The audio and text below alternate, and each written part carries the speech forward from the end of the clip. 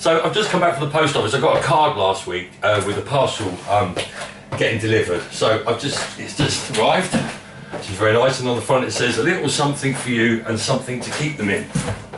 Dum dum dum. Let's have a little look. I'll open it up. Today's camera tripod is the kettle. Right, here we go. Let's. Can you see that? Okay. This is very nice. Very exciting.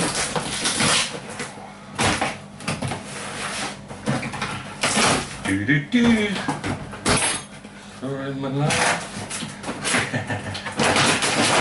Bloody hell. That's hilarious. I've got a bit of Yorkshire tea case now. About enough Yorkshire tea to last me a lifetime. I've got my Yorkshire tea mug. Get in. Get in. I didn't say thank you. Phil, thank you so much. I know you run an amazing charity trust, and hopefully we can get together and do something with that, which we've been talking about. That's such a lovely thing to send me. It's 480 tea bags. That's me done for the year on tea. Well, probably next year as well, to be fair. I was looking back on my vlog actually yesterday, and a couple of things I noticed. And one actually was pointed out. Someone left a message on the YouTube comment thing saying, I have a problem. I kept thinking that I needed dealing with. And I thought, why is that then? So I watched it back and I realised how much I've been sniffing. Which is bizarre. And no, I don't have a problem. Trust me on that. Gone back 10 years. But no, I'm all good, thank you. The only thing going up my nose is the fresh air and smell of, well, Croydon. And the second thing is I've put on a little bit of weight. In fact, I've put quite a lot of weight. And so I'm going to go to the gym now and try and lose a pound or something. Yeah. There's some lovely messages as well, by the way. Thank you so much. I'm glad people are enjoying this. It's good. I find it very therapeutic, actually.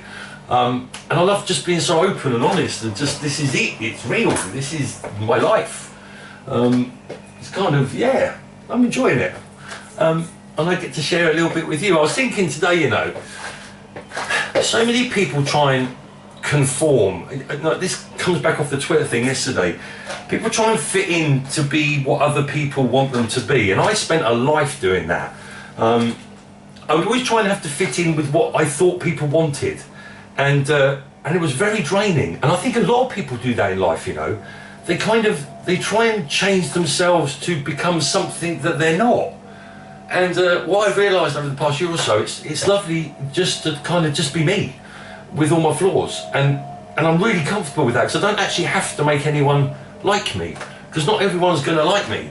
That's life. But I'm really happy with me today, and that's a good place to be. You should try it. I remember a friend of mine, Michelle, said to me a long time, she said, what people think about you is none of your business. And she was absolutely right. Couldn't see it at the time. And it is none of my business. As long as I'm happy with what I'm doing, then that's, you know, well, there we go. Anyway, so, yeah, I'm going to have to, I have got a runny nose, but I'm now paranoid about this sniffing thing. When I talked to you going, did I just sniff? So off to the gym, and then I've got those dreaded phone calls to make that I talked about yesterday. Oof. Okay, talk later. Okay, this might be on a little bit of an angle because today's tripod is some washing and a tin of paint. I know, this is modern, I tell you. I'm into the millennium, killing it. I want to clear some stuff up about the X Factor. Last night I tweeted a joke about Louis, and it was met with be careful what you're saying, and I was like, well, hang on a minute, say whatever I want. I don't work on the show anymore, I have an opinion. I have a right to say what I want to say. And then I was told that I don't do myself any favours sometimes. And you know what? That's true. I am quite lively on social media. I stay true to myself. If I get things wrong, and I have, trust me, I'm the first to admit it. And sometimes we all say stuff in life we regret. God, you know, tell me someone who hasn't. The problem is in today's social media, it's kind of there for a long time. And I'm all right with that, you know, I'm comfortable with it. It's I'm flawed, you know, humanly flawed, and that's okay, you know, because I'm okay with me today. I'm not perfect. I make mistakes, and I'm all right with that. really. I'm very positive around my life at the moment. I shouldn't be. Should be in dire straits in my head, but my head's in a good, strong place. The truth is this: I got fired from the X Factor, and that's the honest truth. But rather than do the old poor me and, oh, I did this and I did that, I have to look at my part in that and why I got fired. I did so much for so many people around that show and put so much effort in that I forgot about a couple of things. I forgot about me in that process. And I was doing it for many reasons. One, because I love people. I like to help people. I like to make a difference. That makes me happy. But I think if I look at it, and I don't want to go into a whole counselling session here, but it was good for my self-esteem as well, when I probably didn't have very much. And I became quite gobby on social media and started pulling people up on stuff. And that's not great, because I tell you why. If you're a producer of the most massive show, The X Factor and Britain's Got Talent, you know, not only in this country but in the world, and you have a guy on this show, Amy, who's been there since day one, like everybody knows me. The press follow me, everything I tweet, people are watching, there's big stars watching, and that makes people nervous, and I get that today, and I understand. So I think they had every right to do it, and I think what they did was probably right when I look back. But I won't lie to you, it really, really hurt me. And I was really battled with it. Really battled, because when you love something so much and you break from it, it's gonna hurt, and you know, I can't deny that, but I have to look at my part in it, and I have done. There's also another truth here, there's another fact. The X Factor asked me to come back, as did Britain's Got Talent, and I've spoken with Simon and the producers and stuff, and you know, and I turned it down. I said, no, I'm not coming back, because it was time for me to move on, I think, and no matter what the madness was around that moving on thing, you know, nothing's drama free in my life, I think it was a good thing in a bizarre kind of way. Although my life at the moment around me isn't brilliant, you know, I'm at a crossroads, and it's time to reinvent Ian and redevelop and look at new ways and new challenges to give me some passion back again and use what I believe is my talent. So yeah, I'm on really good terms with the X Factor, and I am not ever going to slag it off. Steve Brookstein was over me like a rash on social media yesterday. You know, I've got no resentment.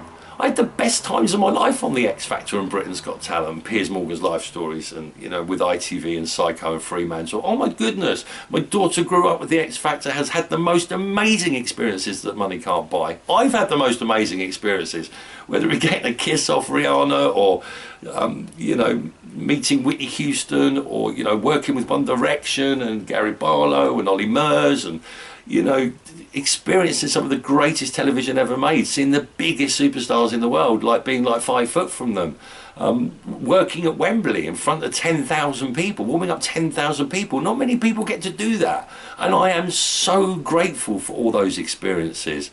Yeah, I got hurt. Yeah, I spoke about it. Yeah, but I've got no regrets. There's no point regretting stuff in life. That's gone.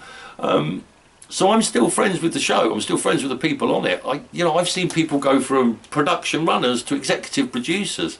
I've seen stars born, or left, right, and centre, and it's beautiful. It's brilliant. And the show gets hammered all the time, and I'm not here to hammer the show. But I am sticking up for myself. I do have a voice, and I will support the X Factor for as long as it goes on. Simon texts me. Mark, my mate, texts me. You know, I'm in a new place now. But I won't be told shut up, and I have an opinion about it. Of course I do. I was there a long time. So that's about it, really. That's all I wanted to say on the matter. You won't ever hear me put it down, because it gave me a life. It gave me a massive stage. It gave me a voice, even though sometimes I use that a little bit too much. But it gave me the happiest of memories, and for that, that's beautiful. So that's it on the X Factor, and that's all I'm saying on the matter, other than I might audition next year, Wheels on the Bus. Seriously, this rain thing was not part of the plan today. Guess what? I'm actually running. Trust me, this won't be for too long. Look at that. Well, I say running, I mean it's hardly Mo Farah, but it's running. And we're off. Now, I'm not saying I come in my supermarket a lot, but when I come in now, I get a hug and a kiss off the people. That's service, right? You know I love a hug. Hi guys, so that concludes today's vlog actually, but I must point out a very, very funny Instagram post by Jenny Faulkner yesterday. Obviously being a Sunday, she said, I'm going to be as much use today as the G in lasagna. And that really, really made me chuckle. I hope you have a fabulous Monday. Stay motivated, you know, keep living the dream, as it were. And Liverpool Man United tonight, that's what that's all about. And off to the Olympic victory parade tomorrow. Definitely, 1,000,000% not missing that. So I'll be uptown with the camera. That's a title to a song there, right? Uptown with the cam.